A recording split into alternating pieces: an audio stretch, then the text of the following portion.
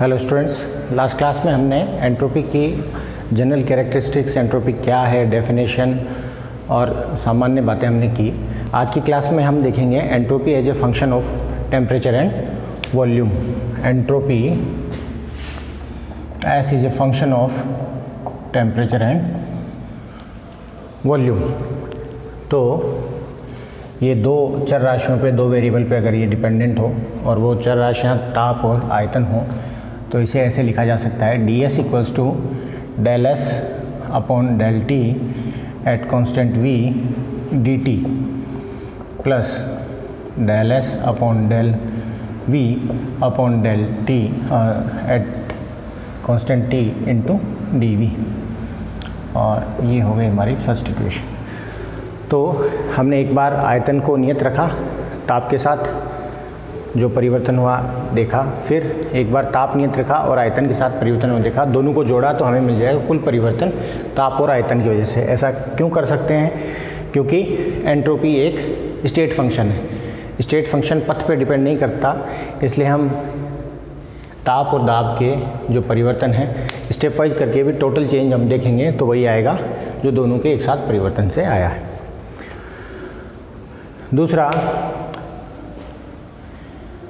Similarly जो internal energy है वो भी क्या होती है? टेम्परेचर और वॉल्यूम का फंक्शन होती है। इसे भी हम इसी तरह रिप्रेजेंट करते आए हैं। Del E D E equals to del E upon del T at constant V D T plus del E upon del V at constant T D V. ये रिप्रेजेंटेशन हम देखते हैं from first law of thermodynamics. Float से अगर हम बात करें तो हम जानते हैं D इक्वल्स टू, अगर रिवर्सिबली वर्क हो रहा हो, ये होता है। अच्छा, एंट्रोपी की डेफिनेशन क्या है? Del S equals to D Q reversible upon T. तो यहाँ से हम लिख सकते हैं D Q reversible equals to T D S. और वर्क के लिए हम पढ़ चुके हैं D W is nothing but P into change in volume, applied pressure into change in volume. तो यहाँ से हम लिख सकते हैं D equals to T D S minus P D V. अब सेकेंड और थर्ड इक्वेशन देखें तो सेकेंड इक्वेशन और थर्ड इक्वेशन दोनों का LHS लेफ्ट हैंड साइड जो है वो इक्वल है, तो राइट हैंड साइड भी इक्वल होगी। तो फ्रॉम इक्वेशन 2 and 3 अगर आप देखें तो आप लिख सकते हैं T D S minus P D V equals to del E upon del T, sorry yes del E upon del T at constant V D T plus del E upon del V at constant T into D V. यहाँ से इसे आप ऐसे लिख सकते हैं, P D we उस तरफ ले जाएं तो del E upon del T at constant V D T plus del E upon del V at constant T D V plus P D V. Positive हो जाएगा। नाउ हम सिर्फ डी एस की बात करें तो इधर पूरी इक्वेशन को आप टी से डिवाइड कर दें तो ये होगी 1 upon T del E upon del T at constant V D T plus, देखिए यहाँ डी वी कॉमन है तो हम कॉमन ले लेते हैं। यहाँ बचा del E upon del V at constant T plus P into D V and 1 upon T जो इधर से आया। अब आप इस इक्वेशन को, इक्वेशन नंबर हम दे दें 4, तो 4 और 1 को कंपेयर करें, है ना। ऑन कंपेयरिंग इक्वेशन 1 and 4 तो आप देखिए दोनों इक्वेशन एंट्रोपी चेंज के लिए हैं, तो LHS बराबर है तो RHS भी बराबर होंगे। और RHS में दो फैक्टर हैं, एक टेम्परेचर डिपेंडेंट और एक वॉल्यूम डिपेंडेंट। यहाँ भी टेम्परेचर डिपेंडेंट, वॉल्यूम डिपेंडेंट। तो जो फैक्टर्स इनके साथ एसोसिएटेड हैं वो फैक्टर्स क्या होंगे, वो फैक्टर्स होंगे इक्वल। तो इक्वेशन ऑफ 4 में dt का जो ये फैक्टर है ये दोनों तरफ इक्वल होगा, तो मैं यहाँ से लिख सकता हूँ del S upon del T at constant v जो है वो किसके बराबर है, ये बराबर है 1 upon T del E upon del T at constant v, ये बराबर है। सिमिलरली आप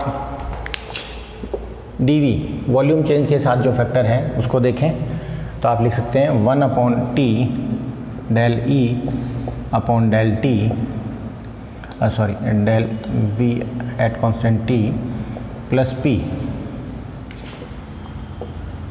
equals to del S upon del v at constant T। ये कंपेरेबल है। यहाँ से आप इसको आप दे दें इक्वेशन 6 और इसको दे दें इक्वेशन 5। इक्वेशन 5 को मैं आगे अगर देखूं तो मैं लिख सकता हूँ del E upon del T at constant V into T del S T इधर ले गया, ऐसे T उधर ले जाएं हम और P को भी ले जाएं तो इधर बचा del E upon del V at constant T equals to T del S upon del V at constant T और इधर हो जाएगा माइनस P। नाउ ये जो इक्वेशन है इसको मैं वॉल्यूम के रेस्पेक्ट में डिफरेंशिएट करूं एट कांस्टेंट टेम्परेचर, और इसको इस इक्वेशन को मैं टेम्परेचर के रेस्पेक्ट में डिफरेंशिएट करूं एट कांस्टेंट V वॉल्यूम, तो क्या वैल्यूज़ आएंगी आप देखें। ये हो जाएगा del square E upon D V equals to constant T constant है, डेल स्क्वायर S अपॉन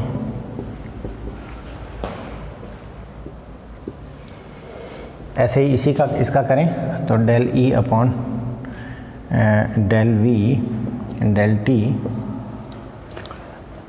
अब यहाँ टेम्परेचर के साथ करें तो टेम्परेचर एक बार ये कांस्टेंट होगा T का होगा, फिर एक बार T कांस्टेंट होगा इसका होगा, तो हम पहले T कांस्टेंट रखें इसका करें तो इस फैक्टर का करने पे आएगा del V del T। Then T का करें तो T का T के साथ 1 तो बचेगा del S upon del V at constant T। फिर P का करें तो आएगा del P upon del T at constant V। Now this is our equation,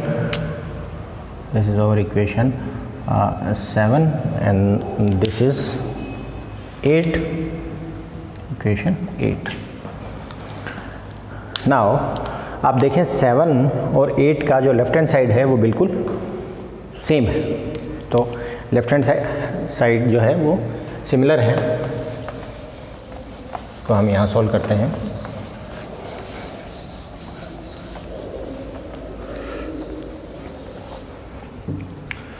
तो आप देखें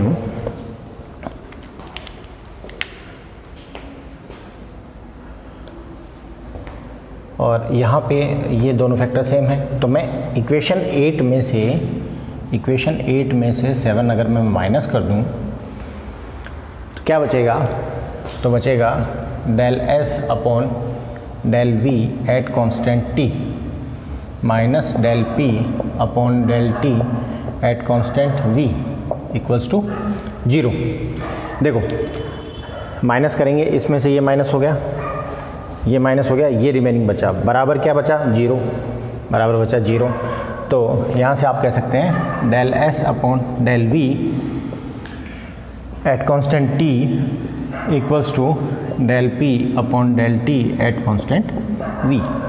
अब ये जो फैक्टर है ये pressure, temperature and volume variables की फॉर्म में आ गया है, तो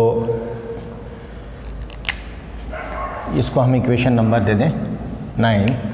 फ्रॉम इक्वेशन 5 आप एक बार फिर देखें, फ्रॉम इक्वेशन 5 आप देखें तो आप लिख सकते हैं del S upon del T at constant V equals to D E upon D T at constant V. क्या होता है? From first law of thermodynamics float अगर आप देखें तो at constant V D E equals to just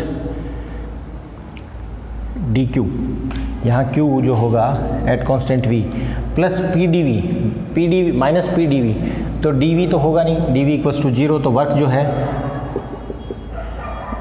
eight constant volume क्या होगा 0, तो this just equals to D Q V and D Q V divided by D T that is C V. तो हम यहाँ से क्या लिख सकते हैं, ये हम पहले सॉल्व कर सके हैं, सी वी इसकी जगह हम सी वी लिख सकते हैं divided by T and this is our equation number 10। तो from 9 and 10, from equation 9 and 10 and 1 we can write the relation between variables and entropy। क्या रिलेशन आता है?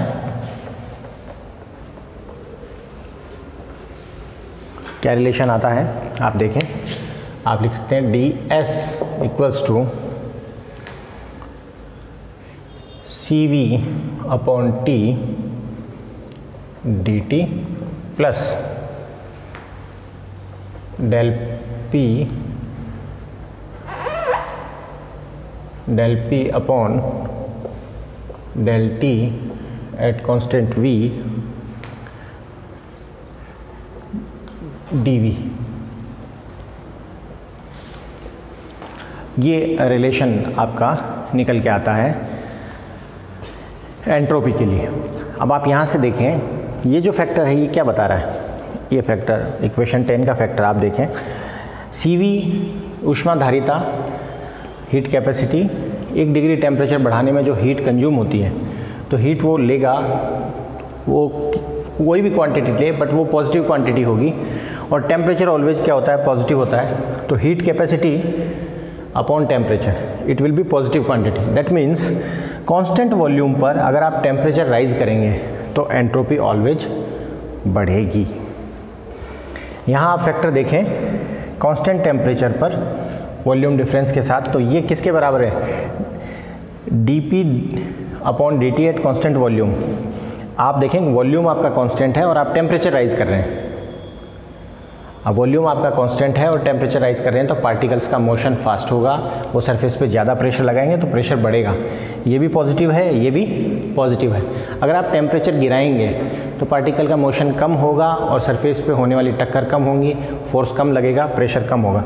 तो ये नेगेटिव है, ये भी नेगेटिव है, that means it will be positive quantity.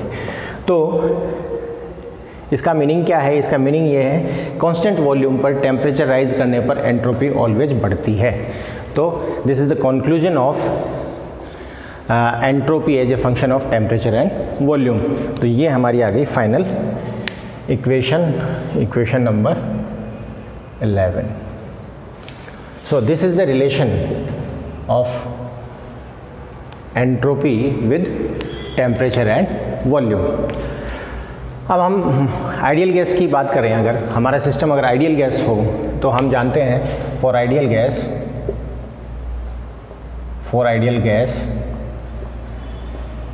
P V equals to n R T, अगर 1 मोल लें तो R T for 1 mole, P V equals to R T. At constant volume इसको डिफ्रेंशिएट करें तो होगा d P V equals to R d T, और del P upon del T at constant volume equals to R upon V, and we can put this into equation।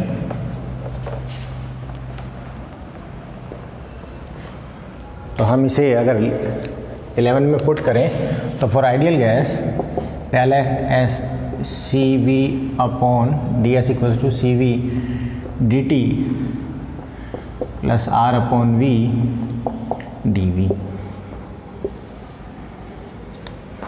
और अगर इसे state 1 से state 2 तक, T1 से T2 and V1 से V2 तक अगर आप इंटीग्रेशन करें from T1 to T2 and V1 to V2, तो आपकी एंट्रोपी है that is delta S will be C V L N T2 upon T1 plus R L N V2 upon V1. So this is another form of entropy relation with temperature and volume for ideal gases. Okay, so this is all about entropy as a function of temperature and volume.